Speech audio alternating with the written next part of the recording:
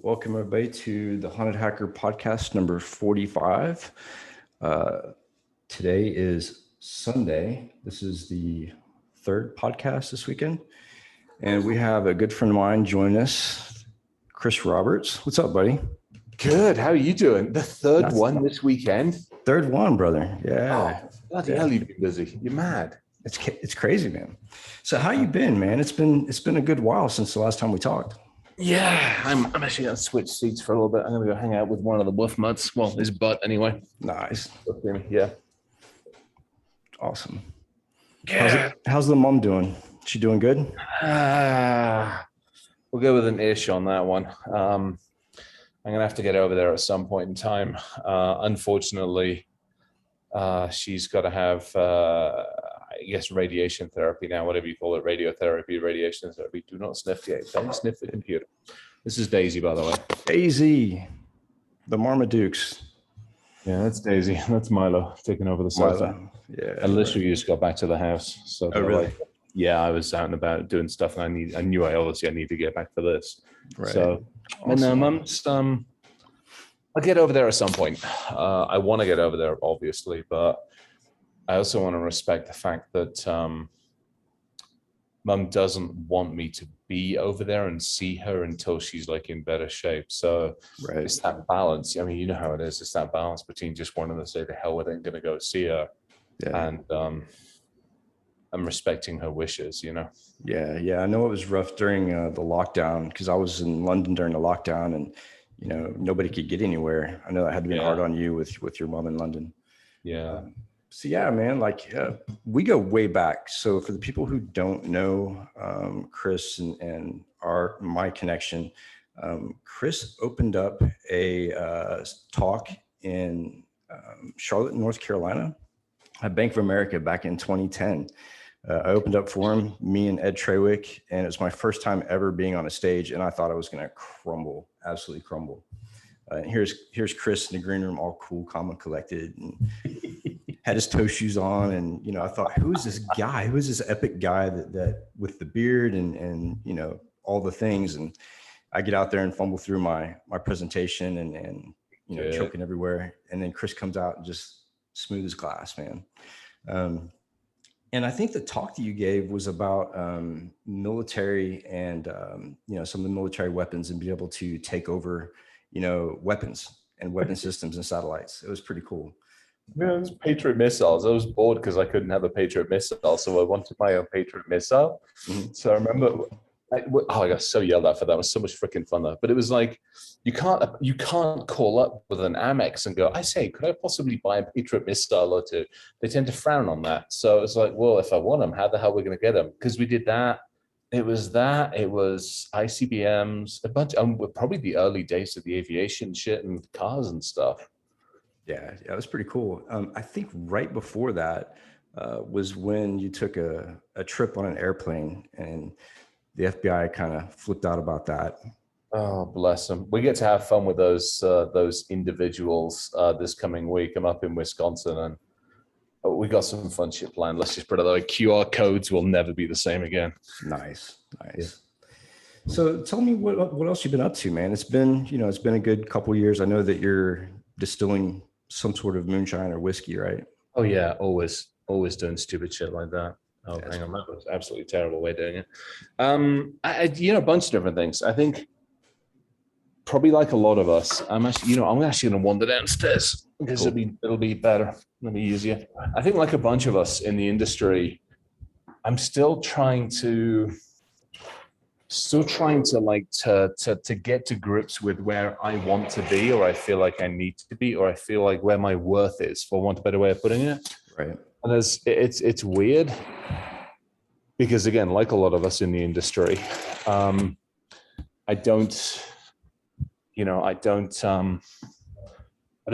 don't fit in. I mean, let's be perfectly honest. But there's been an entire industry that's grown up around us. Mm-hmm. That in theory, we should have fitted into. Right. But unfortunately, that entire industry has grown literally into a money-spinning, money-making machine. It's gone from, the way that I look at it, it's gone from DEF CON and some of the B-sides to Black Hat. You know, Yeah. we've lost that feel of, you know, community and kind of like that brotherhood, and it's kind of drifted off into vendor space, you know. And that's it. And so you've gone from an industry where it's like, okay, I fit in, I feel like I belong, I feel like I'm part of it, to, you know, I say, you know, what one has tattoos and one has purple hair. How does one think one fits into this industry now? I'm like, motherfuckers, we started the damn thing. Right, right. We were talking to Mubix yesterday, and I was telling him, you know, when I got into security, there was no pen testing, there was no certified ethical hacker. Right. You know, we created that, we frontiered that, and it's kind of been bastardized since then. You know, you look at EC Council. Well, yeah, don't even on that one. Yeah. It's I think I mean, again, you go back to the origins of the industry. It was done for inventiveness. It was done for innovation. It was done to understand. It was done to learn. It was also done to protect. Mm-hmm. And now it's done for the almighty dollar. For not everything. Right. I mean, there's, you know, you, Evan, Ryan, Chris. There's a bunch of folks who, a bunch of us who want to do it for the right reasons. Mm-hmm. But then the problem is, it almost feels like we're bucking the trend. I mean, I look in the mirror too often and I'm like, I'm not worthy. I'm not doing the right things. I'm not doing enough. Nobody wants me, especially, you know, now that I've left the Signet folks. Mm-hmm. And I'm like, what do I do for a living? You know, I've still got the Hillbilly Hit Squad stuff, and, you know, we're putting some money on some food on the table and bringing some money in, but I'm still sitting there going, what do I do? You know, how do I fit back in to do a CISO role, virtual CISO role, or whatever? And it's kind of disheartening in a way. It's just like you sit back and you're like, shit, I don't belong in some ways. You know, it's kind of a weird feeling in some ways. Yeah, it was weird. I went from, you know, doing red teaming stuff to starting a SOC for oil and gas, like about 4 or 5 years ago. And what I realized going into an office and being around different people and being around that culture is that I don't fit in with that. And it's really difficult to function in that environment because they expect you to be a certain way. Of course, they allow you to have, you know, your beard and the tattoos, and the hacker mystique is what they want. Yeah. But what they really want is they want that. Plus, they want you to conform to their standards. And I've had a hard time doing that. Really, the best thing that happened to me was starting a speaking career. Because I got my thoughts out there and kind of verbalize what I've been through and kind of what I think the industry should be. But there's so much bullshit that goes on just within the industry, you know, just nonsense. You know, look at some of the stuff that this group has been through, the Haunted Hacker, and some of the nonsense that we've had to put up with and deal with. And it, you know, what's sad is those people are industry leaders that are running amok. You know, it's pretty sad. I think the other one, sorry to move on that one as well, is, and this is where I ran afoul of the last bunch that I was hanging out with, and I won't name all the names, but it's fairly easy to look on my freaking profile and figure that shit out. Is, I think, because they're like, oh, you're a hacker, therefore your morals/ethics are malleable. And I had a conference call at some crazy hour of the morning where they're like, well, everybody else is lying about what they're doing, therefore we should be okay doing that too. And I'm like, no, that's not how this works. And it literally was like, well, you're a hacker, you should be used to that. And I'm like, you realize as a hacker, I am held to higher standards. We, because of what we have and what we know and what we can do, we're held to higher standards. Our ethics and our morals have to be more, we have to have better integrity than almost anybody else. And yeah, you know what, we tread, and god damn it, I mean, we sure as hell bounce over that line sometimes to prove points, but it's never for any other reasons. And I'm sorry, lying, that shit ain't coming into it. Yeah. And you know, that brings up a point. When I went back into commercial sector and was working at the oil and gas company, the CISO that I had at the time, I heard him on the phone because we all sat in one row. And I heard him on the phone talking to a potential client. And he said that he'd been doing cybersecurity since Reagan. And I thought, wait a minute, but let me count the years here. That cannot be possible. So when he got off the phone, I said, could you please not say that again? Because I have no way to back you up on that. That's, you know, it's a stretch. But you see that a lot in the industry too. And the certifications and The certifications really get to me. I challenged the SAN certifications back in 2006, 4 of them in one day.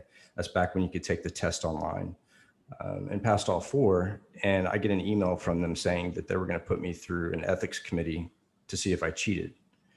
And of course, they looked at their logs and they went through and they came back and they said, well, we can't prove that you cheated, so you get your certifications. And I said, the problem is your certifications are such bullshit and so easy, anybody can pass them, but you want them to pay the $10,000 and not pay the $400 to challenge a test. That's the whole point. But it's all money driven. It didn't used to be that way. Well, and I did a pretty blunt and relatively nasty post the other day, and it was all around the checkbox. And unfortunately, again, to your point, an entire industry, in fact, most of our industry is driven through that checkbox. It's driven by, I mean, I have to pass the audit. Well, I'll put the check in the box. And so now somebody's selling you the certification. Somebody's also selling you the training and the testing. And the people that are doing the training and the testing have to take the test to be able to certify that they can do that. And there's this, and then by the way, only certain companies are allowed to sell you shit by this. And they're going to be, I mean, all of a sudden it's just like, good God, it's racketeering 101 for crying out loud. I'm like, what the hell are we doing? And why are we doing it? Yeah, and it's a business within itself as well. Like, so I think the only reason why EC Council even exists is because the Department of Defense requires the CEH plus 2 other certs to be in security. And that's really the only way that I think they're standing up, because they've been through a lot lately. And that test, I remember I was version 1 of the CEH, and I remember looking at the test, and one of the questions was about Donald Dick, the software. And I thought, you have got to be shitting me. Like, you're teaching people how to be script kiddies. Yeah, pretty much. Yeah, that's, this is the one thing. I mean, you're in the same boat. We encourage people. I'm like, I want more people in the industry, but do me a favor, work out how it works. I don't care what you do, but figure out when you play the game of follow the packet, understand what a damn packet can do. And when you actually hit the button, I have no clue. If you want to use Metasploit and whatever, I actually don't care. But what I care about is you understand what it's doing and why and how. At least understand that. I don't mind if you want to use other stuff. Hell, we all do it for crying out loud, but at least understand what the hell the damn thing's doing. Yeah, I think that's the biggest problem with the universities and some of the certification companies is they teach them techniques, but they don't teach them why or how. Yeah. And I think that's the biggest flaw that we're facing. And also, like, when you look at blue team stuff, we were talking about this last night, the platforms have not gotten much better. Back from the old days, like IntraShield and Snort, it's still really the same platform, just a cooler UI, And that's, and I think that's a huge part of it. And again, one of the folks I was kicking around with over in Israel, I give them credit for wanting to make things a little simpler and easier. But I want, give me more intelligence, give me more data points, give me more of the detail. And it's kind of the reason I like the deception space to some degree, and have done, if it's done properly, because at least it gives you something that you've typically not had. We all can full logs, we can all do this, we can all do analysis, we all know how to use grep, for crying out loud, and extend your regex, for goodness sake. So we can all ask it the right questions. But I need it to be done, faster, quicker, simpler, easier. And by the way, I also need more detail, preferably before somebody's waltzed out of my front door with all of my damn data. So, yeah, there's an interesting point in my career where I went to work for a company in Colorado, in Denver, and you actually left there right before I went to work there in Telesecure. So I actually didn't end up there. They actually took all of so when Al imploded because of initially the stuff with the aviation, and then obviously what actually happened was that IDA was already getting sideways with the board and the investors, because they promised to put more money into the company and they promised to do all sorts of things, and they started to pull back. And I'm like, why? And a lot of it came down to they wanted more of the company, and they wanted more control of the company, and they wanted more control of the direction. And I'm like, no, I kind of know what I'm doing and all this kind of stuff. And I've also got good people that are helping me. So they kept pulling back. And then obviously the aviation stuff went down. And rather than saying, shit, we can use this to our advantage, they pulled the plug on everything.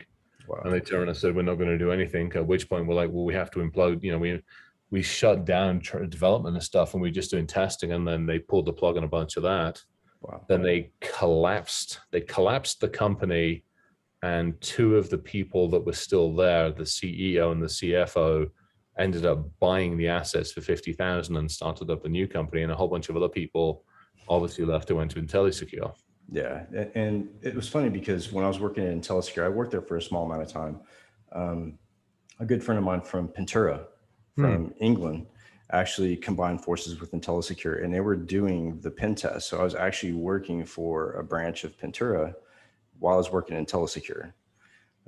It was really strange, and I would log into like an image over in the UK to do the testing from and stuff like that. I've still stayed in contact with the guys from Pentura.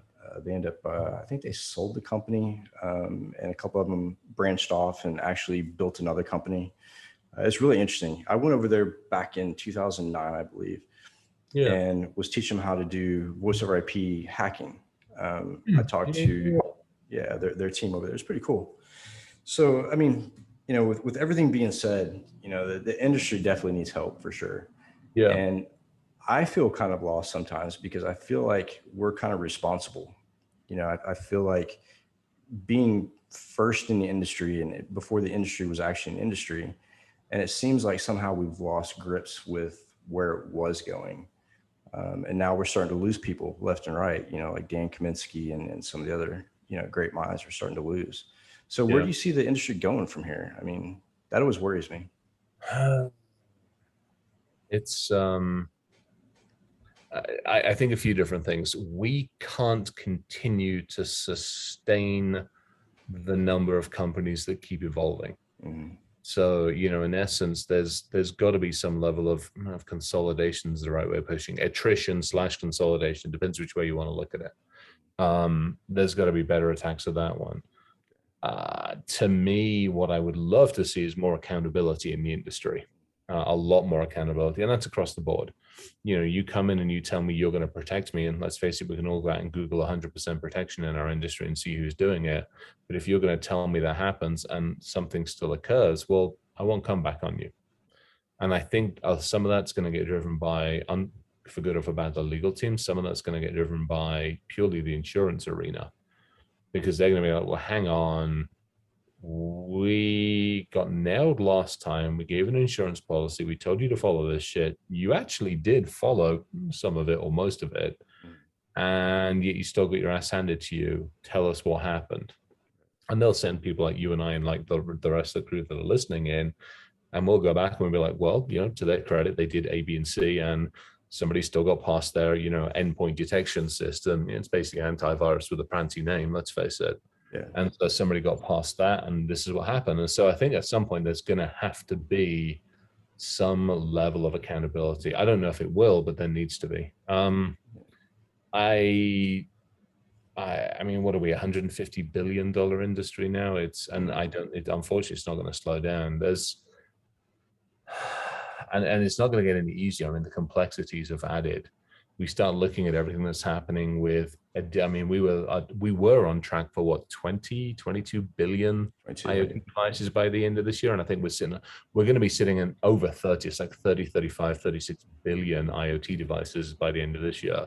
Right. And then you look into the 5Gs in the network. So I don't, it's weird. We keep stumbling from one cliff edge to the next, and somehow we keep convincing people to give us more money. I think at some point that's going to have to stop. But I'm kind of wondering when. Is it going to be a reckoning?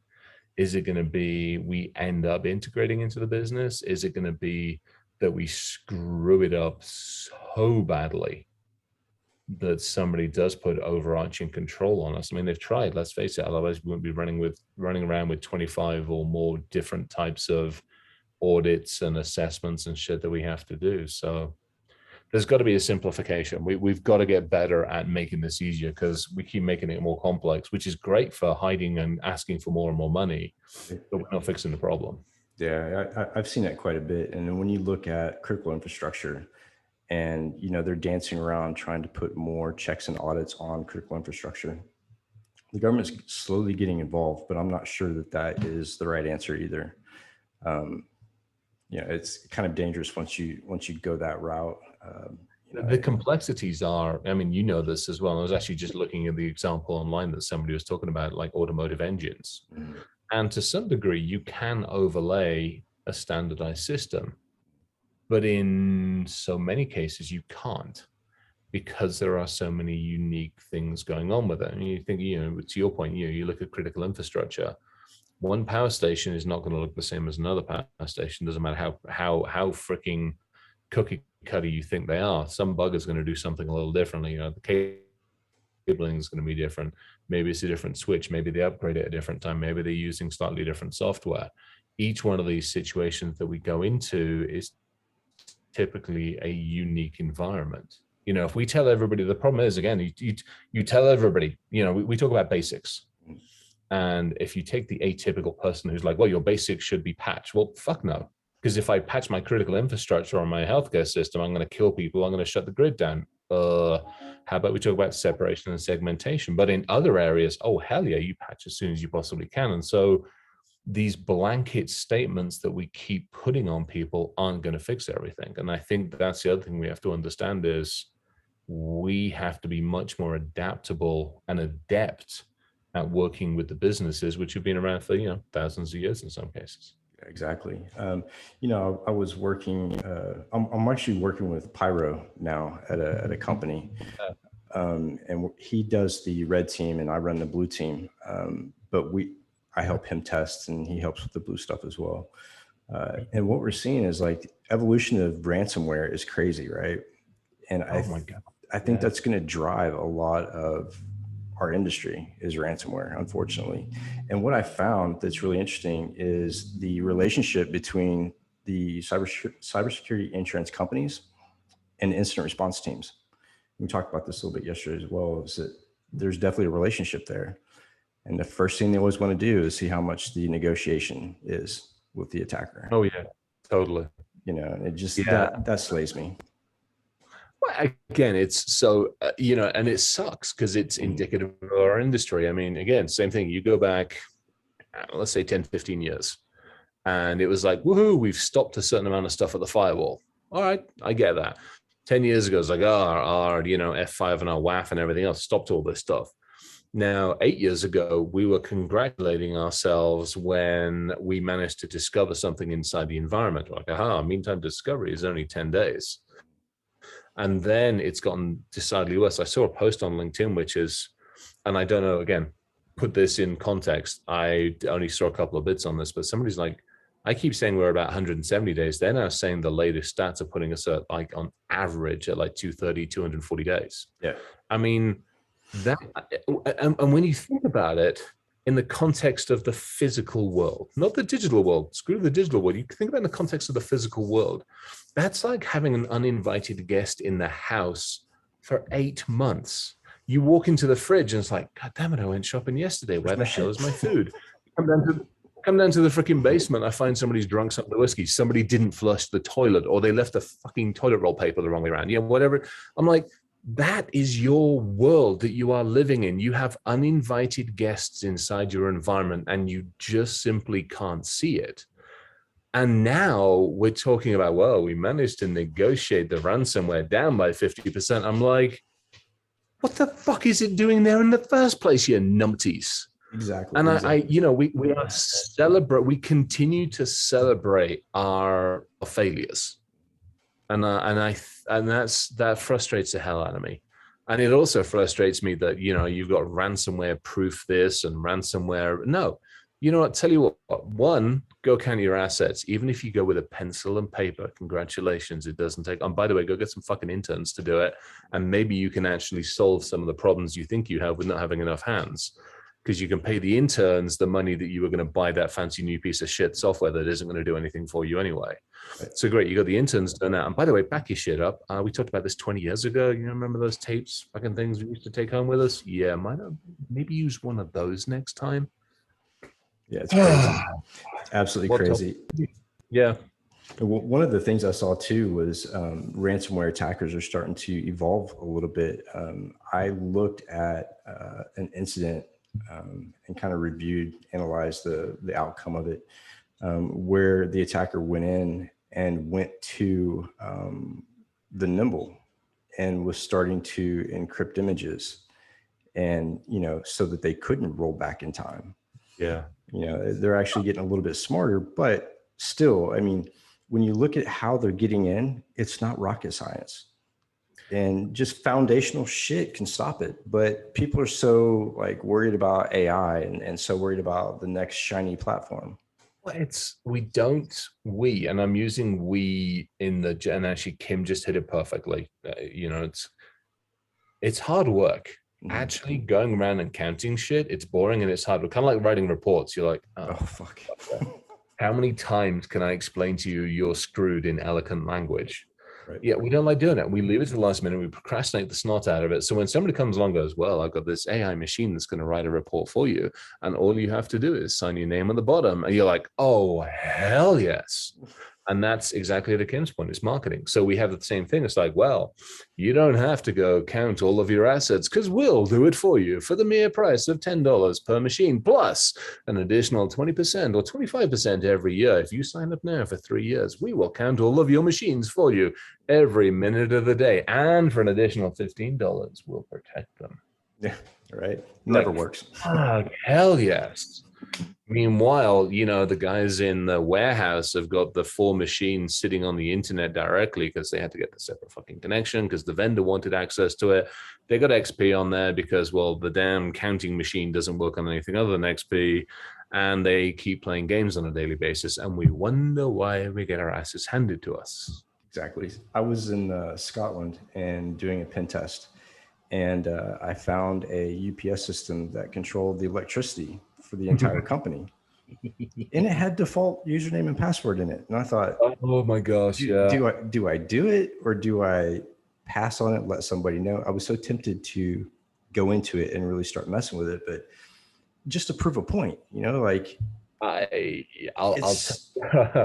take that, and I'll give you another example, almost exactly the same. So we were at a power station a little while ago. We were at a power station, and we were, doing that. We'd broken in, done all the stuff we needed, and we were just helping them understand a lot more. And all of a sudden, we were sitting there with a wireless, and we're like, hang on, what's this? And they're like, well, we have a bunch of wireless doing this. I'm like, no, what's this one? Oh, that's probably just this. I'm like, how about we go check it out? And so in one hand, we were checking out. On the other hand, we looked on Wiggle. And good old Wiggle was like, yeah, and you could see it was labeled down there. And I was like, all right, let's go take this out. What we ended up figuring out was the UPS systems that ran all the power stations, HMIs, and all the other stuff, the vendor didn't want to go through the physical controls. They just didn't want to go into the gate and sign in and go through this and sign in and have to do all this shit. So what they ended up doing was literally going down to Best Buy, getting a Netgear, putting the 15 dB gain antennas on it, and just stuffed it down the back of the UPS. So what ended up happening is the vendor truck would pull up outside the power station in this couple of areas where they could get signal, and just log in using, and it was default creds as well, using the default creds for that particular UPS system. They go in, they do all their maintenance and their support, and then they just drive off. I'm like, needless to say, I'm thinking they probably had a long conversation about that, but we do it to ourselves. And again, to me, it's that audit. We're humans. And we're humans in so many different ways. And again, we have tried to solve our human failings with technology. We don't like doing reports. So we look for autonomous reporting systems. When Metasploit says, hey, I can give you a default template, fuck hell yes.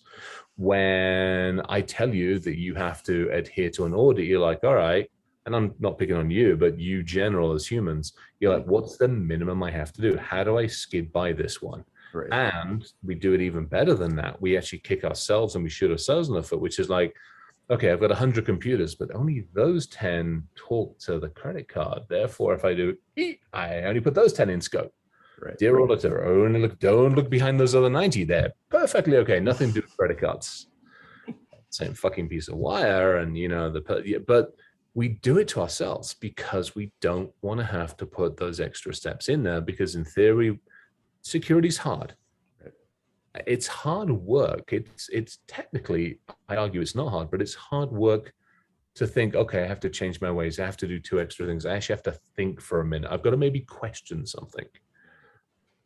You can't just drift along. You actually maybe have to think, hey, that email I got in, do I really want to click on it or not? Rather than go click, click, click. I don't know. It's humans. Take them out, shoot a few, we'll get it sorted. Absolutely. Absolutely. So one of the things that I think is funny is that, as pen testers and us in general from back in the day, I want to say that, and I may be wrong, but I want to say that 60% of the compromises and 60% of how we get in is just dumb human mistakes, whether it be default passwords or whether it be unprotected services or, not the right, standard of encryption. And I want to say like the other 40% maybe, took a little bit more complex thinking and effort, but most of the pen tests I've been on have been so simple. I'd go higher than 60%. Really? And I'd be very, I don't want you or I to get taken out of context in any way, shape. To me, it's not a user fault. To me, it's not a daft user. It's life. We're humans. Right. And as humans, we want to help people. So when I call you up and go, hey, I need some help, you're like, oh, absolutely, I'll help you. Doesn't matter what the procedures are. Or I call you up and go, God damn it, I'm about to get on a motherfucking plane and we're closing $1 billion deal. I'm like, fucking email doesn't work. You son of a bitch. I'm going to fire your sorry ass, reset my fucking password to password 1 because I'm pissed off with all this other shit. Click.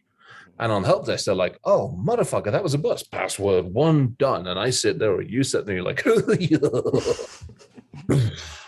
Truck through the front door because we're humans. Right.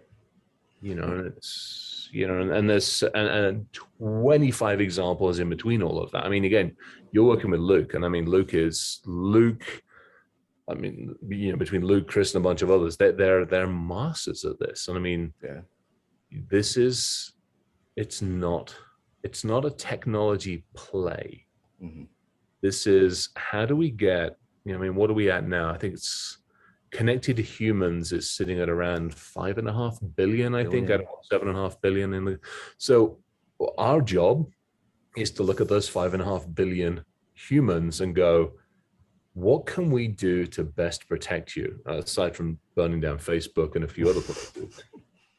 It's, what, because y'all ain't giving this shit up. Let's be honest. I mean, we lost this one when, we said to BYOD, well, shit, we lost this when Apple came out with the iPhone.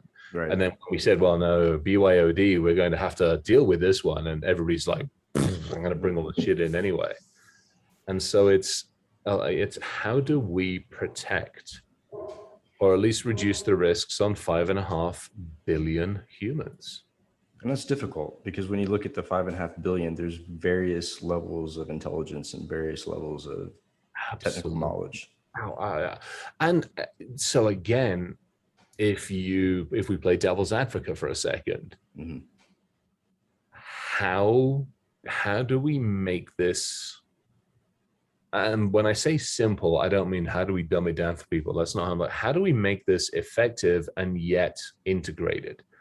For all the love and hate that Apple gets, those assholes have made the adoption of technology really fucking easy. And painful at the same time, though, too. Only if you dig under the covers. If you don't dig under the covers and you don't look behind the mirror, all you got to do is the user interface, the integration capabilities, the fact that we have taken apps. I mean, you think in 10 years, we've gone from these big ass, nasty ass 3-tier applications to this little icon that appears and you're like, oh, I'm just going to click on that. And you click on it, you don't think about it, you don't worry about where it came from, you don't worry about where your data's gone, you don't worry about the developers, the delivery mechanisms are amazing from a human standpoint. We need to learn from that. It's how do we deliver security in such an effective way? How do we deliver it in that silver platter? You don't have to think about it. We got your ass covered. Now, I just saw this. We'll scan the phones them for the images. Actually, not yet. Use the 3 examples. Get your shit right. They're actually not doing all of that. So do me a favor. Take off the Fox News propaganda headset and maybe think about it for a second. go do the research, because I actually know exactly what Apple is doing, and I also know what's been, and it's actually out there what they're doing and what they're not doing. Get your shit right, then comment. Sorry, squirrel moment for a minute. You know, I hate to say it, but and it scares the crap out of me, to be perfectly honest. But you look what the government's done now, teaming up with the big industry, going, oh, we're gonna work together more effectively, and a bunch of us are like, oh, fuck. Yeah, exactly. So I was working in an intelligence company in Dallas, and we had a customer appreciation kind of event where they came into Dallas, and we put them up at the big hotel and had meetings with them. Yeah. The CEO is a millionaire from old money in Dallas, you know, part of the whole Roger Staubach circle of investors. Yep. Yeah. So I sat in a meeting room with the Secret Service, FBI, Microsoft, and the lawyers from the NSA. And listen to them talk about how Microsoft was working on a new image for the NSA. And I started thinking, wait a minute. They have different images. And so I was young and I was thinking, I really want to know about this. And so they were talking about, you know, the different access controls for those images, and how the consumer had one image, and FBI, CIA, NSA had their own images, and they had access to all the hooks into the other ones. And I thought, you know, that makes sense, you know, and I'm sure Cisco did the same thing at some point. Oh, I mean, this is, so again, you know, you want to talk about fixing this industry. There's no fucking incentive. No. Tell me where the incentive is to fix. If I can make a piece of software with additional features, we're not calling them bugs, they're features. And I sell you one version of the software because you want to use the system. You want to get online and you want to surf the internets and you want to do the Facebooks and you want to look at the ancestries and you want to do all, and you will listen to music and all the other shit, and you want to yell, hey Siri, and shit just work. You got your image, you're in good shape. I got you covered. Now, if you are, let's say, an agency, and you also want to be able to do that, but you also want to keep an eye on things, just to make sure everybody's doing the right thing. I'm going to sell you the same piece of software with those features enabled, not bugs, they're features. Now, if all of a sudden, Mike, you suddenly call up, you know, said software company, go, hey, I've just found 6 different ways to backdoor your sorry asses that you didn't know about. I'll pay you the money for them, and then I'm going to sell them to the agency because they're additional features that we've helped people understand. It's a money-making machine every different damn direction. I got you coming and going. And by the way, the money I've just given you, I'm going to sell on as an additional feature to the agency for $1 million of time, probably per annum. You know, and I think there is absolutely no incentive by anybody to fix it. And that's the problem. The company that keeps getting its ass handed to it just raises its prices a little bit. That's now the cost of doing business. The insurance company, well, they raise their prices because that's the cost of doing business. You know, out of, you know, the bunch of us on here, maybe half of us get, or I think what's the statistics at the moment, like 25 or 33% chance. So they raise their prices enough that once a year, 3 of us get our ass handed to us and the other 6 pay for it. I mean, it's as simple as that. Yeah. And unfortunately, that doesn't seem to be an incentive, because you come up with another company to secure things, and well, shit, I'll give you the money because you're going to help discover bugs that are going to help you. And there's no driving incentive. And I think this goes back to what we said right at the beginning. Our logic for doing this way back when, 1, on the CES was to put food on the table, 2 was to come up with an industry that we actually could fit into, and 3 was to protect. And we've lost that. Kind of lost it, yeah, unfortunately, and we've really lost it. Yeah, I mean, I miss the days of DEF CON when it was the tattooed, pierced tribe that we had. You know, you go now and it's more like a college frat party. Well, and the head of, who the hell gave the keynote? Was it head of DHS, or was that Black? I don't remember who the hell it was. It was somebody's. Yeah, it's yeah, I mean, I will stick up for DEF CON for the villages. I love to me, the village mentality. I mean, when we can still go hanging out, watching the car hacking village grow, watching the voting village grow, just being able to go along and hang out at the hardware hack, hanging out at the lockpick village. I think, I mean, good God, I mean, like the wall of sheep, and then you look at the mental health hackers. I mean, that's, you know, you want to talk about some of the issues in our industry, the ability for the mental health hackers to actually get a foothold and say, okay, hey, we're here, come listen, come talk. Right. I love it for the villages. I think, to your point, I actually don't know the last time I went to a talk at DEF CON or even listened to one, and we're going back quite a ways now. Yeah. But to me, it's been like family and the villages. Just go hang out at the villages, because they're almost like mini conferences on their own, and they just Hagnaddies, the social engineering one. I mean, that's got, and obviously Sky Talks, for crying out loud. So yeah, it's an interesting world. Yeah, I mean, the little villages. It reminds me of the Renaissance fairs and Renaissance festivals. Yeah. That's a really good way of looking at it. Yeah, because you go there for specific things. Like, I mean, I love watching the metalsmithing. I mean, just the ability to see people work with their hands so amazingly. Yeah, it is pretty cool. It's and actually, you know, somebody just said it again. Kim's on freaking point of this stuff. Kim again. It's, I think, one of the biggest frustrations and we talk about conferencing stuff. What I want to see at RSA, Black Hat, DEF CON, any of these ones, I want to see, you know, hey, so-and-so from so-and-so is giving a talk, and in big fucking letters. They can be watermarked, but they better be visible. Pay to play space. I want to know that motherfucker's given $50,000 to stand up and give that talk, because you know damn well you're not going to get useful information 9 times out of 10, unfortunately. You know damn well you'll be like, well, so here's the industry and here's how we're solving it all for you. Right, exactly. Yeah, and Black Hat, I quit going to Black Hat years ago. Black Hat to me is more of a vendor space and pretty much a government conference. You know, there's nothing that I find useful coming out of there. The last time I was entertained at Black Hat was when that one guy gave the talk about Cisco and was literally almost arrested on the podium. Yeah. That was, good grief. I remember that one. I remember, I'm trying to remember if that was one. Somebody here listening could chime in. Was that where DEF CON ended up having to tear pages out of their book or something? I don't remember if that was the one or not. I do remember. Yeah. But actually, so who was I talking to the other evening? It might have been Ryan Evan, or it might have been, actually, I think it was Jesse. Jesse and I were talking about it, because I think it was either the first or the second year of B-Sides when we were still at the Porn Star House. Oh, yeah. And I think it was then there was another one of those fun incidents where somebody was going to give a talk about everything that you could build after you've been through TSA.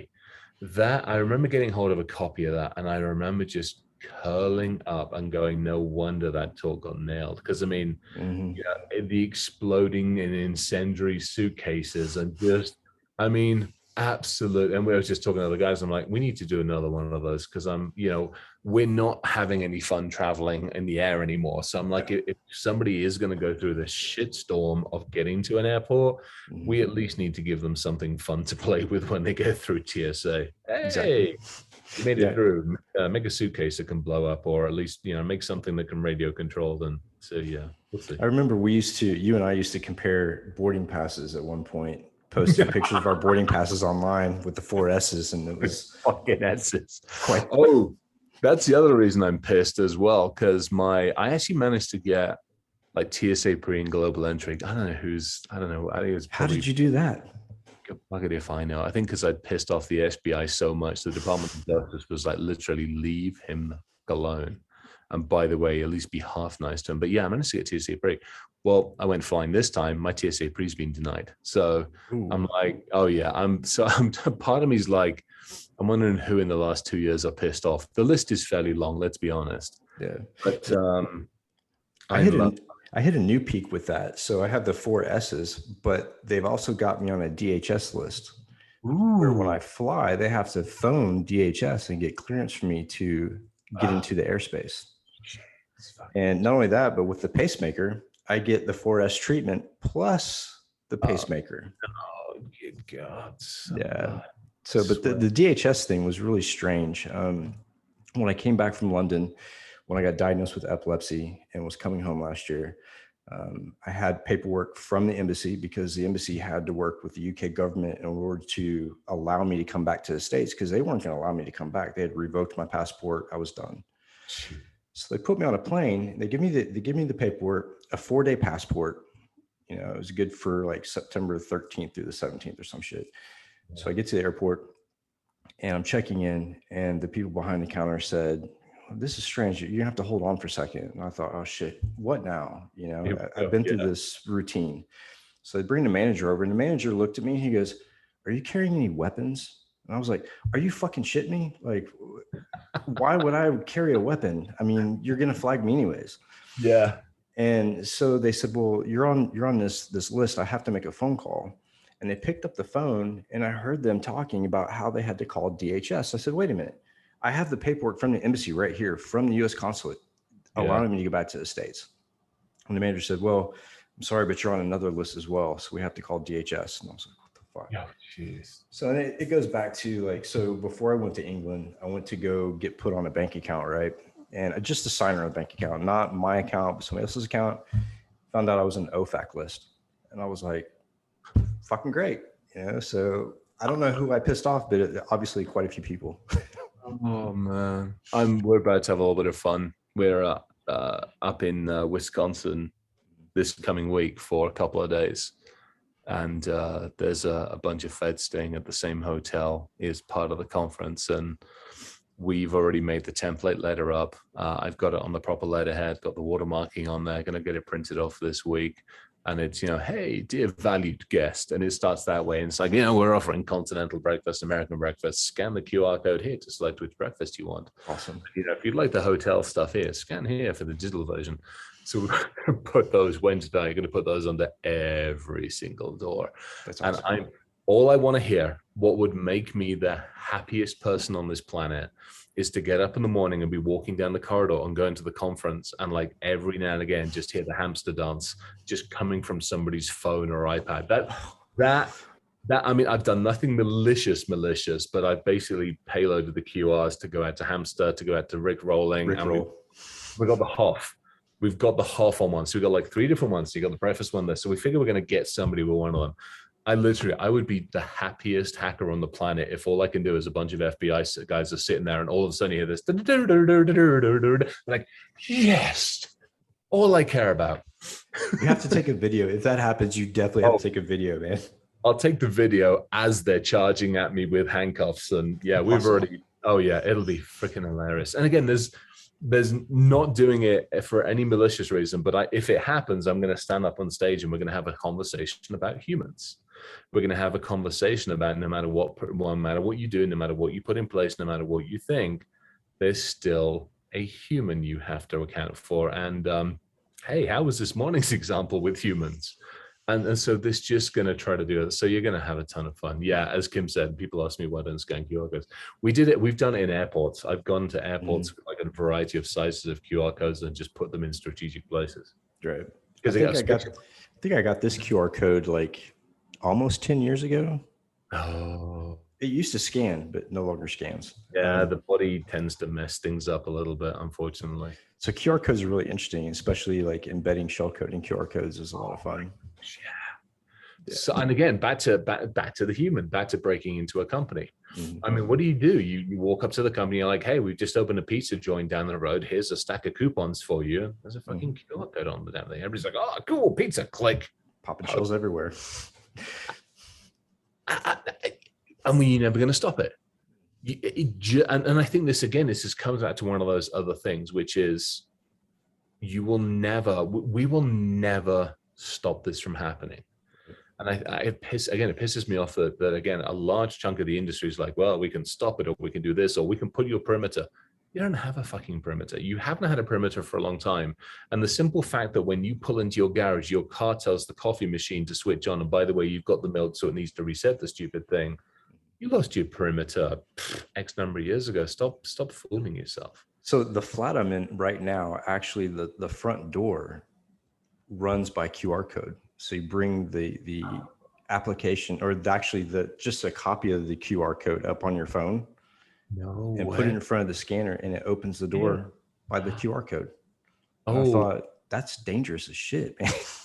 Hey, no way. Oh my gosh, I didn't realize I hadn't messed with that. We're still, I mean, we've had so much fun with the Ring system. Well, I mean, oh yeah. You want to talk about an incendiary device? Ring doorbell. Yay.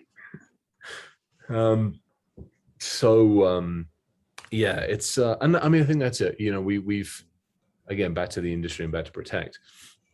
We tried to tell people we can stop it. Well, we've got to stop telling people we can stop shit. And we've got to tell people, look, shit's going to happen. Right. Here's what you do to prepare. Mm-hmm. Here's what you try to do to recover. Here's what you put in place, and we work accordingly. And this is, you know, the pen testing side of it. I'm probably going to do the same thing at this. I've stood up on stage now a couple of times and gone, hey, let's talk about traditional pen testing. Let's actually have this conversation. Because what happens is somebody knocks on your door like this and goes, hello, I'm here to penetrate you. And you're like, motherfucker, did you bring lube? Not only am I here to penetrate you, but I'm going to use Kali, the goddess of death and destruction. And motherfucker, I've got pineapples and I've got ponies. At which point the client's like, holy shit. And turtles. Yeah. Like, how much lube did you bring? And so we don't even start off on the right foot. If we literally knocked at the door and said, hey, I got coffee, and I got tea, and I got donuts, and I got biscuits. I'd love to sit and have a conversation with you. I actually want to talk to you about situations. I want to have a conversation about what ifs. Let's talk about what if I took that computer? What are you going to do? What if I did this? What if I kicked the door? And let's have that conversation. Great. You get the idea. You understand. Okay, now we've had that. Let's run through them with you. Now let's run through them with IT, with legal compliance in the business. Great. Now you've got this shit together. Now actually, let's go test it. Mm-hmm. You've told me all of this. We've figured it all out. Now, hey, let's actually go test this. Let's run a couple of tests, which to me, that's when you start talking about pen testing. Yeah. That's when the use comes in. So the company Luke and I are working for has a very progressive stance when it comes to pen testing, right? We don't like doing the snapshot in time. We're trying to get away from that. So what we're doing is we're offering buckets of hours for security.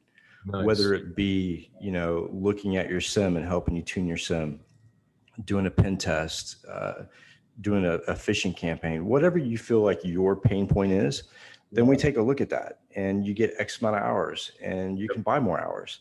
I don't like the traditional sense of, okay, I'm going to do a pen test for you and you're going to give me a week to do the test and a week to write the report.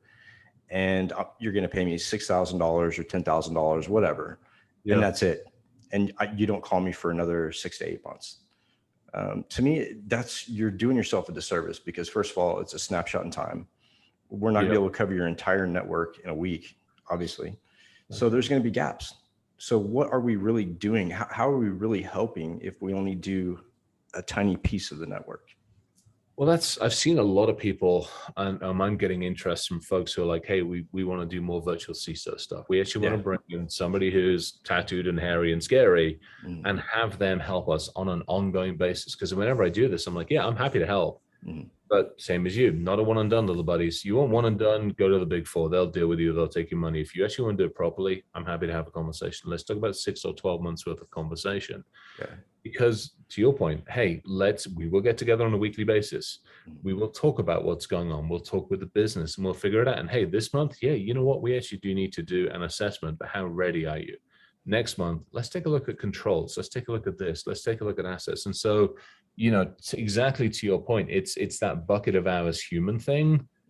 And it's, hey, I got your back. I'm here to help.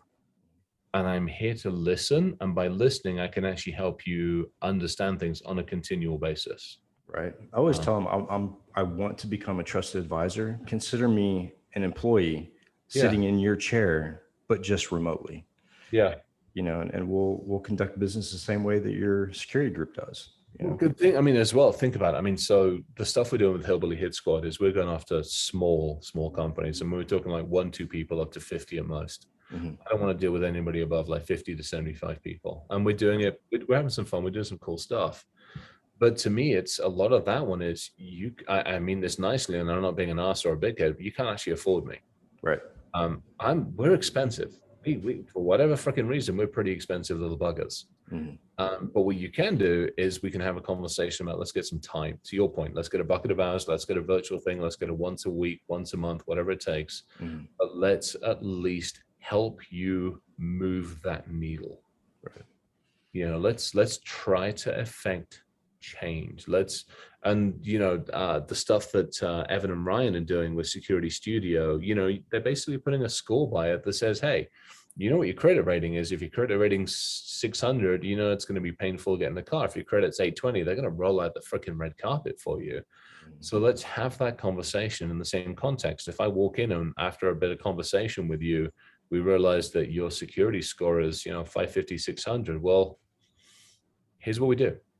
Welcome to credit repair for our industry. Welcome to, here's the steps you need to do to go from a 550. And the other thing that we were talking about doing inside the Hillbilly Hit Squad is if you manage to get, because we're building studio into it, if you manage to get from a 550 to a 650, 700, you're probably going to take less of our time.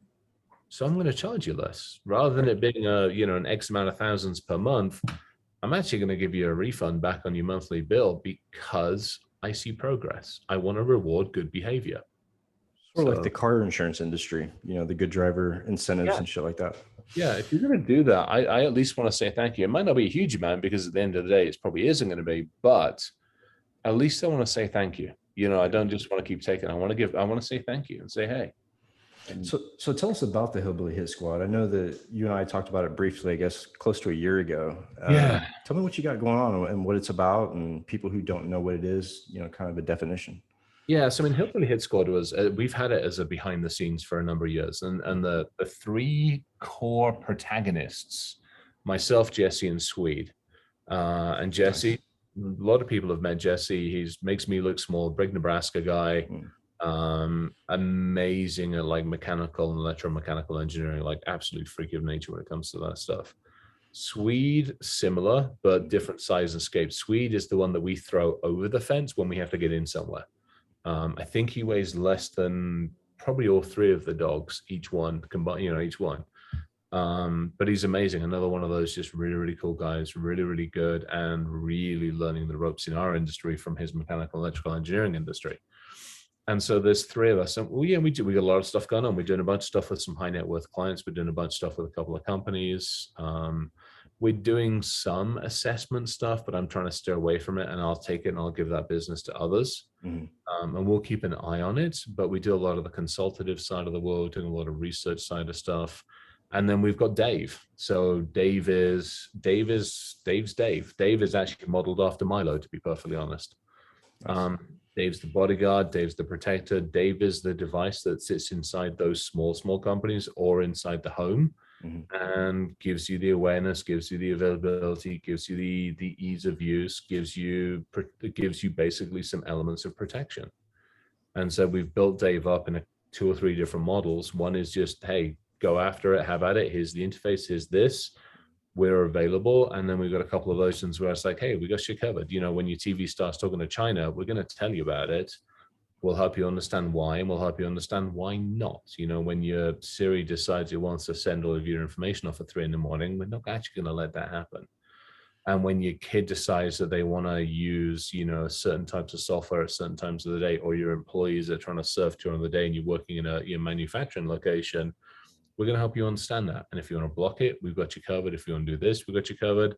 And by the way, we've got backups built into it. We've got training built into it. We've got some darknet research built into it. And we've got studio stuff built in. So pretty cool little product. And I'm actually pretty happy with it. We're still doing some dev work on it. We've got it in a bunch of high net worth houses. We've got it in a bunch of other places, just really putting the final polish onto it before we kind of go live with it next month. Cool. Very cool. I'd like to take a look at it when we get some time. Yeah, totally fun. And then we got the watches. So we got the whole house as well. Nice. So Hillbilly Hit Squad has a whole house. Awesome. Yep, absolutely. So I might have a few watches, or Hillbilly Hit Squads. We got a few watches. So we ended up going, look, if we're going to do something with these, we're going to do watch rentals. And so something completely out of left field, nothing to do with computing at all, really. and we're doing watch rentals, and that starts up pretty soon as well. We're gonna get some other stuff done, but that starts up pretty soon. And again, we're gonna have some fun with it. You know, base intro price and then a monthly amount. We're not going stupid with it because literally it's just to pay for the damn watches. We're not going to make millionaires off this freaking thing. It's not. That's not the idea for this. Or you can just come rent something for 3 days, 14 days, or 30 days, and we've got a pretty eclectic selection. Everything from the normal, like the Rolexes, the Pateks, and the APs, all the way through to some pretty freaking awesome G-Shocks, some cool stuff out of the UK from Elliot Brown, Oris's, and just we had some fun with it. And it's done to just do something different. Yeah, that's awesome. Yeah, I'll definitely have to take a look at those, and I'll probably pick one up. Oh yeah, it's fun. It's and again, it's horology, study of watches. So we shortened it down and called it the Ho House. Nice. So the horology house, and the name stuck. Awesome. Yeah, I've been kind of toying around with different ideas, and I had the idea of making like essential oil candles and called it the Cyber Escape candle. Just ways to chill and calm down, and because what's that? I bought them year ago, 2 years ago. Mm-hmm. There's a place called dumpster candles, or like dumpster fire candles or something like that. Bought a bunch of them. The smells haven't changed much, but seriously, you could actually have some fun with those. I mean, we could do with another company, especially one of our own, to buy dumpster fire candles from with some fun smells. Again, essential oils, like, shit, I mean, breached. Here's my breach candle. And I mean, you could do the breach candle. You could do the assessment. You could have the audit candle. You want about that calming candle? I'm going through an audit, the calming candle. There's a hairy guy looking in through the window candle. That's a little bit more like kind of like that citrus, oh shit moment. I mean, seriously, have some fun with this, because you could do the dumpster fire ones. Then you could literally take like the DEF CON skull and crossbones and do some versions of that one. Let's face it, most of us are.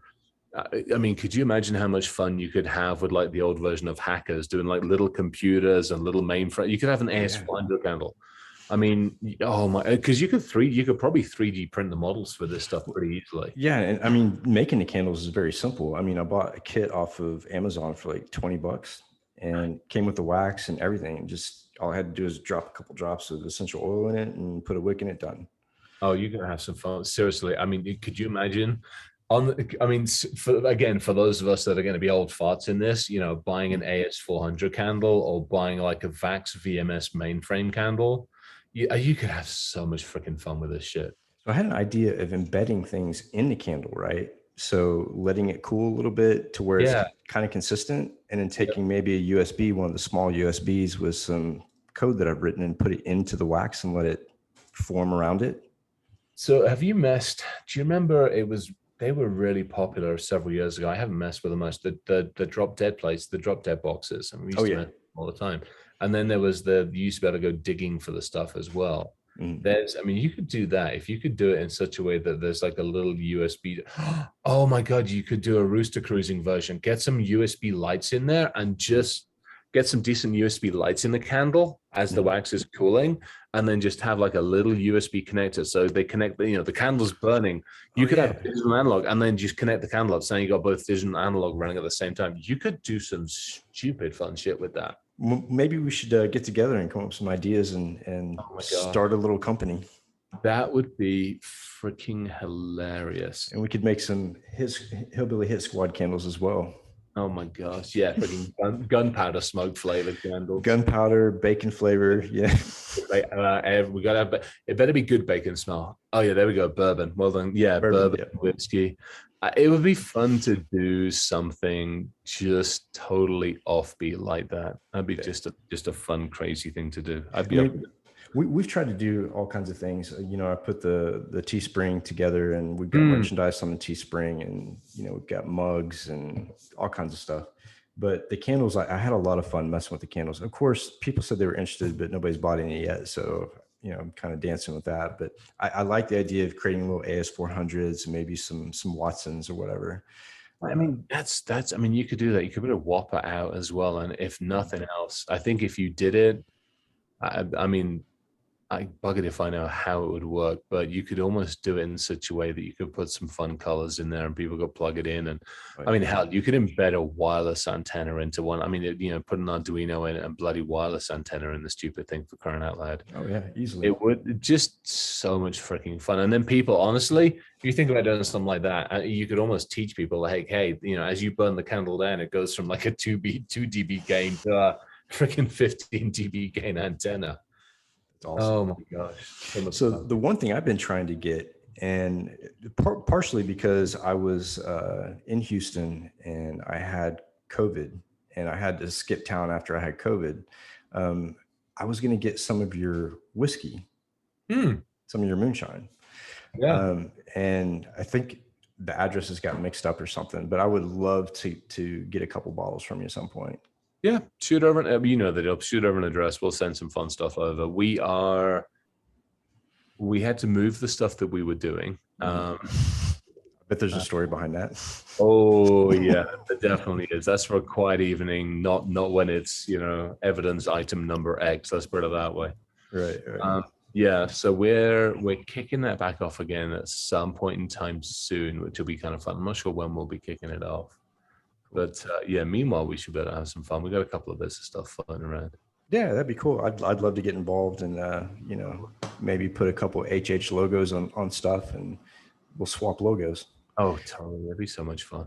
Yeah. So I know you and I have talked about this incident a million times. So not for my sake, but for people who don't know the story, tell them about the airplane issue. Oh, there we go. Hang on 2 seconds. Just Jen's on the road, so I gotta fix. So let's see. The short version, and the long version's all over the internet, but the short version, 2009, 2010, we started doing a bunch of research into aviation because we progressed from basically messing with cars into aviation. 2012, 2013, we tried talking with, Boeing, Airbus, Thales, Panasonic, and a bunch of others. Panasonic put us under NDA because it was one of their entertainment systems, the in-flight entertainment systems that we took the back doors off of. And we went under NDA for 2 years and they didn't fix a damn thing. Mike Dietrichs and I have gotten sideways over that more times than I care to think of. And so we stayed under NDA for that one. Meanwhile, we do a bunch of work on the ground control systems, figure out how to get in on the ground and all this other stuff. Then we start taking a look at okay, if we can nail the thing on the ground, what can we do while the thing's in the air? And so we start taking a long, hard look, again, building out an entire lab space full of stuff. And we're like, okay, can we go from in-flight entertainment into anything? Can we go in-flight entertainment to nav system? Can we go from in-flight entertainment through the SATCOM systems that they have and get into anything else? And yes, we figured out we could, because you take a route from in-flight to nav system to cabin control system to a discrete network that does other things. And so we figured out how to get into that stuff. We managed to get our hands on a maintenance laptop. We managed to do all sorts of interesting stuff.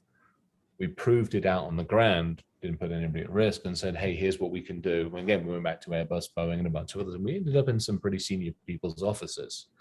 And oh yes, well done, pat on the head and bugger off.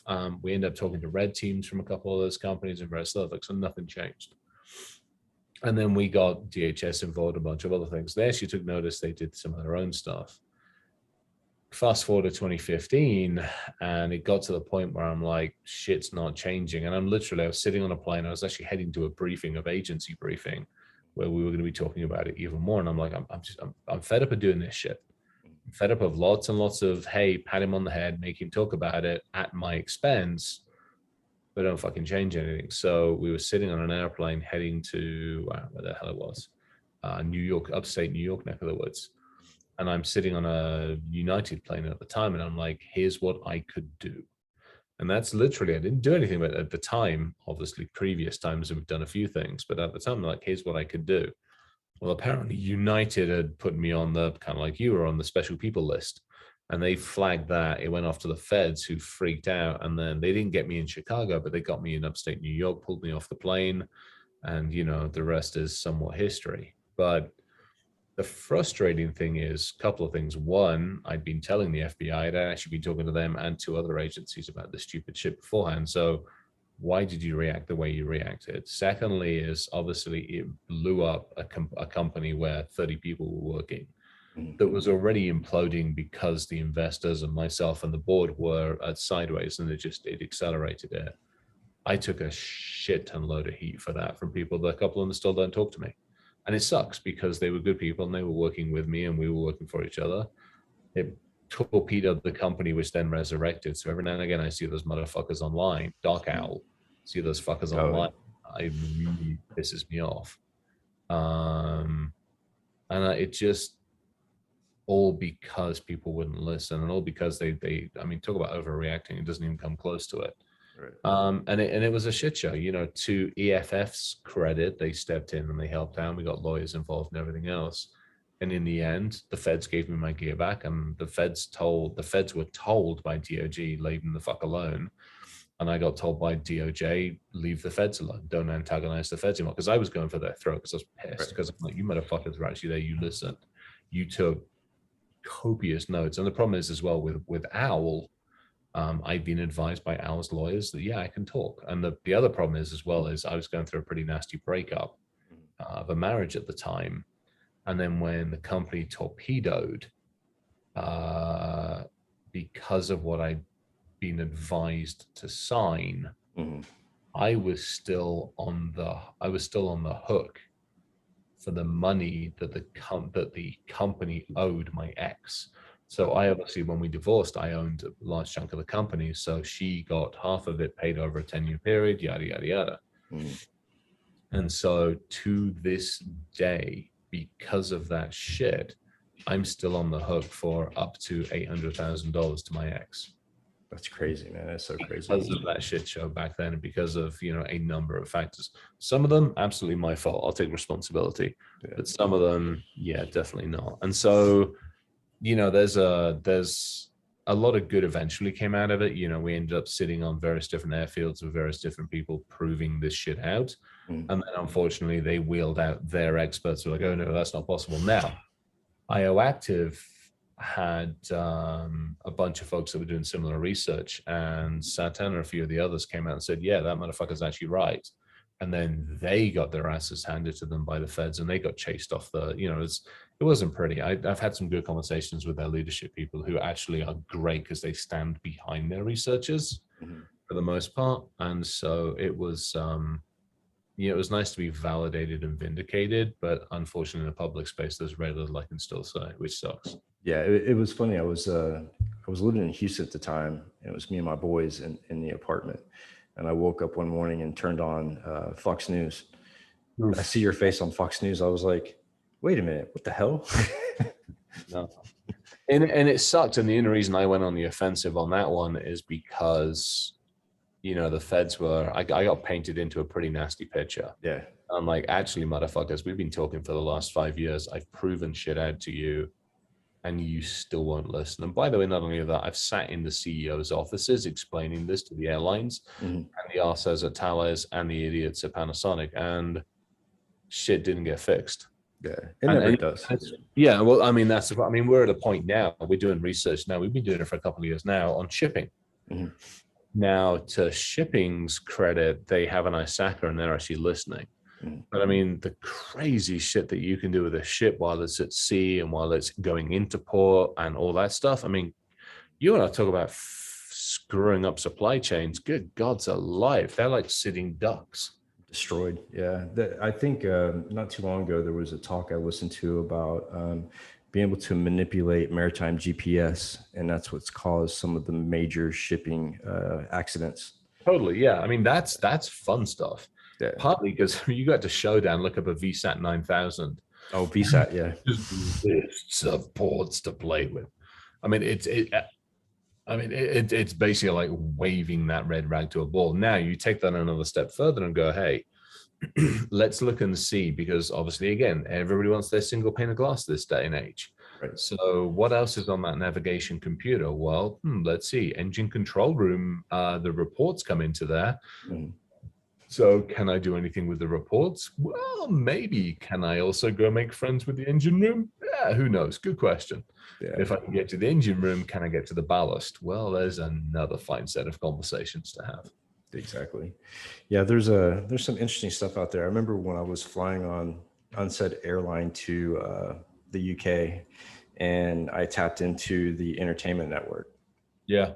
Just to see, if they'd fixed anything, or if how vulnerable they really were. And I was able to DOS the entertainment network. And so mid-flight, it's kind of late, it's dark, everybody's watching the movies and stuff, and launch a DOS, and next thing you know, everybody's screens kind of pixelized and froze. And I was like, oh shit, it still works. Well, I mean, that's it. And it still works. And so you're on cabin, and so you're in the entertainment system. Well, how do they control entertainment from cabin control? Yep. Oh, well, it's a one-way communication. Let me explain to you how one-way comms works. Yeah, no, it doesn't that way. And let me explain to you what I can do. And here's my maintenance laptop that I got from a guy down here. Oh, yeah. Well, so now you're in cabin control. Well, what do they do with cabin control? Hey, pilot, let's have a conversation. Yeah. Hey, pilot. Oh, I mean, that and the fact that half of them are giving them fucking iPads. They're giving them iPads like candy. Oh, and exactly. And they're putting a 2-wire network on and wondering why, anyway, yeah, long stories. So I was staying in a Moxie hotel not too long ago. And if you go into the elevators in the Moxie hotels, they use Schindler elevators. And the key card access has the little dial, right? Well, if you look on the underside of the dial, is actually a USB port. So all you have to do is download the Schindler control app, and you can make those elevators do anything you want them to do. So I went to the manager and I said, hey, did you know that your elevator has a USB slot? And they're like, oh, yeah, it's supposed to be like turned down to the bottom so you can't see it. And I was like, it doesn't make it go away. Oh, yeah. Security by obscurity. That's always worked, hasn't it? Yeah. So that's really interesting. Who's the other one? Crap. I can't remember. There's another elevator company, and I'm probably not allowed to mention them, but there's another one. All of their control systems go to the cloud. And I'm like, you're fucking kidding me. And they're like, well, no, it's wonderfully secure. I'm like, yeah, just exactly. Elevate. The amount of years, I mean, shit, I remember getting thrown out of the Luxor. God, how many years ago was that when we did the Luxor? We got chucked out of the Luxor for messing with the elevators as we were going up to go mess with the light. I mean, just nice. Like that. Venetian awesome. As well. So on that same line of questions, and then I'll open it up for everybody else's questions, but what is your favorite hack that you've done? I ask this of all the pen testers and hackers that come on the show. I think probably the one that I don't know if I can call the most proud of, because there's some fun ones. I think the one that I'm fortunate that next to nobody else will ever be able to say or ever be able to do was when we broke into the Supermax. And we were obviously engaged to do it, but we broke into the Supermax. In Denver. Yeah, it's south of our neck of the woods, but it's in Colorado. Yeah, we got, they were finishing up like the final wing of the Supermax. And we've been engaged by, and a lot of this, some of this is public knowledge, but we were engaged by Department of Corrections in Colorado to basically go break into a bunch of their stuff and help them understand the risks, which was great. Kudos to them for actually taking the initiative. Well, one of the targets was the Supermax. And so we broke into another facility. And we got into this communication. So obviously, you're not allowed to have visitors and the bloody thing, but they let you have cameras and stuff. So we're like, okay, well, where are they? How do they work and all this stuff? So we figured it all out and we broke into the other facility and we got into the camera systems and a whole bunch of other silly things. And again, vendor had left a piece of the network open. So we were able to get in where we needed to get into. We got past the surveillance, got into the building control stuff. And once we validated, because we always had an escort with us, once we validated that we weren't about to open doors in other areas, we proved the point by tripping the analog circuit so that it deactivated the door support mechanisms. And so literally popped the door in one of the wings of this place. And we did it from outside the facilities. Mr. Robot. Yeah, we weren't allowed out of that building. They literally locked the building down. They locked us down until they'd gotten the vendor back in, locked everything down, closed everything out, got us to retest everything. Only then were we actually allowed to leave. They were a little, I mean, they were perfectly okay with us. I mean, again, to their credit, they wanted to know this shit, but but to their credit, they took this shit seriously. I mean, we also physically went to get in there. I mean, we broke into their supply stores. I mean, I still have one of the jackets. Oh, nice. I still have one of my jackets. You know, I asked them if I could keep it as a trophy. And they're like, yes, just don't ever impersonate. I'm like, totally understand that one. So yeah, we got jackets, we got badges. I mean, we made door hanging things for the cars, all sorts of shit. Yeah, we had it was actually really interesting because we went up to Sterling and did some stuff up in Sterling and the prison system up there. So yeah, I will give them a lot of kudos because they actually were like, tell us what the hell's going on. And Proactive. Yeah, really. And they actually fixed a lot, which was actually really, really cool to see. That's pretty awesome. That reminds me of the episode with Mr. Robot where he's outside the gates of the prison and he hacks into the wireless and then somehow manipulates through the network and, you know, releases the doors. I wonder if that's where they got it from. Who knows? I don't know. That's an interesting one. Yeah, because some of that is definitely public knowledge. Because I think because it was a government, you know, it's a government project or whatever, they have to disclose certain things. Yeah.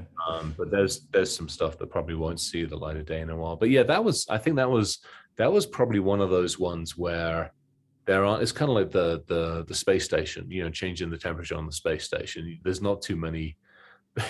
That was fun. And then Eddie and I doing the Mars rover, that fucking getting the Mars rover to sing "God Save the Queen" by Freddie Mercury. No way. Stuff like that. Oh yeah, that was a Gurkon one. We did that at Gurkon. Fucking so much fun doing that shit. That's awesome. So I'm going to open it up for a couple questions from the people that are logged in. If you want to put it into the chat and we'll address it. The questions. Yeah. They're usually pretty good at asking questions. Oh, by the way, this the recording will go to TechStrong TV and they'll air it 3 times in a week, probably a couple weeks from now. Yeah. So, anyways, yeah. I know that you worked with Chris for a while at Lairs, right? Yeah, we hung out. I mean, Chris and I've known for years. Yeah, we'll just go with that one. And I went and hung out at Lairs for a while. We agreed very quickly that we appreciated our friendship more than we appreciated working with each other. And I'm actually really pleased that we actually managed to do that, which is kind of cool. So yeah, still good friends. But you know, just it is what it is. Chris, great, no problem. Yeah. Some of the other chaps, yeah, it is what it is. I'll tell you the story about how I met Chris. It was 2000, I want to say 2008. And we're at DEF CON, me and Tom Ryan, and ran into Chris, and Tom knew Chris, and we ended up riding in a limo from DEF CON over to a nightclub where they had the DC 303 party. Right. And I met Chris and Ryan and Luke and all those guys. And I've always stayed in contact with Luke and Chris.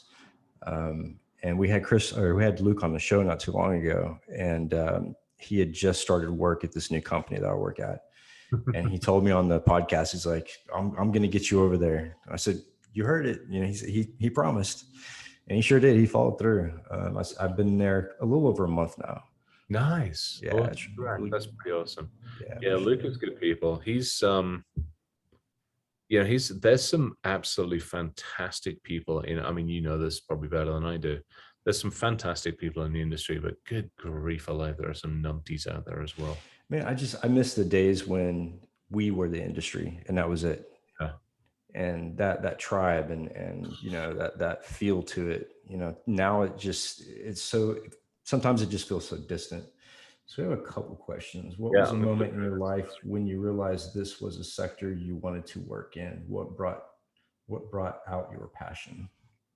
Well, so that's probably an easy one because the sector wasn't around when we started. So that was an easy one. But add to that though.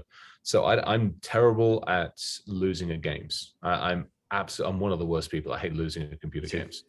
Yeah, like bad. So in the early days, we're talking like Atari 2600 and Commodore 64.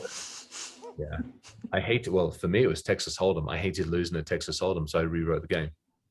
And so that was really the start, and then it just went from there. So I kept rewriting games, and then I put them up on the bulletin boards, and I redo them, and I give people the hacks for them, and got a name for myself that way. Parents went their separate ways. I wasn't very happy with that situation, so I ended up breaking into the bank and moving money from my father's account into another account, and I got yelled at for that one. And so that really is what started it. And then worked in the IT industry, and actually worked a bunch of different jobs. I worked as a chef, I worked in a warehouse, I worked in the national energy, whatever, and the people in the UK, like NOAA's equivalent in the UK. Oh, yeah. Worked for them doing admin, did desktop data entry, all sorts of weird shit.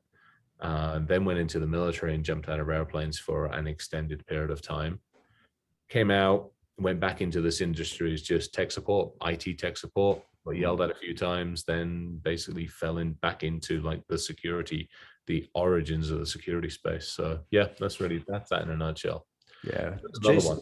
Jason Street was on the show not too long ago, a couple weeks ago, or last week. And we found out that we actually worked at the same place, the same time, the same year, and got our start at the same company, Software Support Inc. in Houston. Oh, no way. Desktop support. Yeah. I didn't last very long in the support area, but I mean, that was it. I mean, I think, when you talk about how does everybody get their start into it, probably back then. Support. It was. I mean, wandering around, literally screwdriver in one hand, freaking floppy disk in the other hand. Yep. Literally figuring shit out as you went along. So Alex has a question. I was going to go back. I was going to go back. There was a whiskey question. Oh, whiskey. Yeah. Hit that one first. So I used to have, emphasis on the word used to have, I used to have close on 1,000 bottles, unopened bottles of whiskey. Jesus. What's your favorite? That's it. Pretty much anything from Isla, anything from the Isla regions. But because of all the shit show with the lawyers and all the mess with the OWL fallout and the 800K, I ended up with about $100,000 worth of legal bills. And so I ended up selling 560 or so of the bottles. Jesus, man. So, and that paid the lawyer bills down. I also had to fight for joint custody of my daughter, which was another $40,000 worth of legal bills. So yeah, I basically sold close on 600 bottles in total to pay for all the bills. So I've got unopened, I've probably got 200 or 300, and then opened, I've probably got another 200 or 300 bottles opened. And you guys know this, I share the stuff. Whenever we go to a conference, I'll take flasks or whiskey with me, and I share it, and that's the whole reason for having it. So I have a personal question. Yeah. Your bus, did you redo your bus by yourself? Which one? The kind of RV-ish. Oh, that shit show. God help us. No, we ended up getting somebody in to help out with that one. And that's now going through an absolute mess. So Jen ended up buying, we ended up buying a living quarters horse trailer. This thing's beautiful. It's this 30, 34, 35, 36 foot long Cimarron. So she can put the horses in it. We got space to live in it. And so I'm putting all the tech in that now. So cameras in there, wireless antennas, all sorts of other crazy shit, so that I can do what I want to do when I'm on the move. That's awesome. So Alex has a question about a conversation I had with Rob Fuller.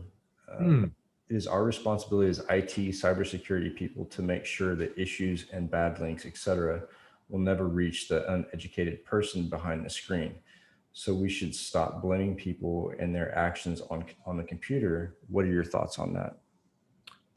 I hate it when we blame users. Yeah, I hate it. I mean, we let's face it, security people. Unfortunately, we've blamed everybody. I've blamed my bloody grandmother for crying out loud. We've blamed everybody. What we've not been very good at doing is looking in the mirror and looking at ourselves, going, "What could we have done differently? How could we have explained it in a better way? How could we have done something different?" Don't ever tell me that the CFO never listens. Tell me that you have tried talking to the CFO in their language. Tell me that you've approached legal, compliance, HR, and the four of you have gone to the CFO and explained it in business language. When you have exhausted all of those and a bunch of others, now you can bitch and complain. But just because you walked in and went blah, blah, blah, blah, blah, blah, blah, blah, tech, blah, blah, blah, blah, tech, blah, blah, blah, blah, firewall, blah, blah, blah, blah, IDS, IPS, DLP, and they didn't fucking understand, you screwed. Right. And I think that's the difference. So I hate that. I don't like it when we blame users. Yes. God forbids there are some people that need to be taken out and tasered on the front lawn. I would have no qualms about taking a large percentage of that population of users and people in general and fucking tasering them on the front lawn, partly for examples, to be honest. But we have to do a much better job of articulating we tell people, oh, don't click on shit. Well, here's your training. Click here to continue. What the motherfuckers are you going to do? Exactly. Especially like the know before training, right? They put you through the scenarios and it's like, you can't help but click on the shit. I mean, yeah. HR sends out its annual briefing, like, hey, here's how HR is doing. And, click here to get to the intranet. Oh, motherfucker, no. Well, you have to click here because we told you we're HR. You've just fucking told me a week ago, don't click on shit. And so, we contradict ourselves. So we have to find a better way of doing two things. One, you can educate people from where they are to a certain level, but there's still a shit ton load that we are going to have to do to compensate for it, shall we say. So my theory behind that is don't blame the user, and really communicating the tech, that's a dead horse. You're never going to be able to explain it to where most people can understand it. So my theory is that if you make and build strong relationships between groups, then it becomes one effort. Yeah. Right. We're all in the same shit together. Let's start rowing in the same direction. Right. And building relationships, because relationships is what builds companies, which makes people successful. Totally. User awareness training doesn't solve shit. No, it does. It at the very least, what it should do is help somebody ask another question. And that other question might simply be, why do I care? Right. Let me help you understand. You've got kids. Let me help you understand about that. You've got finances. You've got this. Let me it opens the door to a conversation. That I think is about as best as we can expect from it. Because you won't ever solve the problem. Again, it's back to this. What I honestly want is somebody to pick up the phone and go, hey, I clicked on something. I'm really sorry, but I need to make you aware. Right. You fucking rock. Thank you. We'll deal with it from here. Click. How many of those calls have you actually gotten?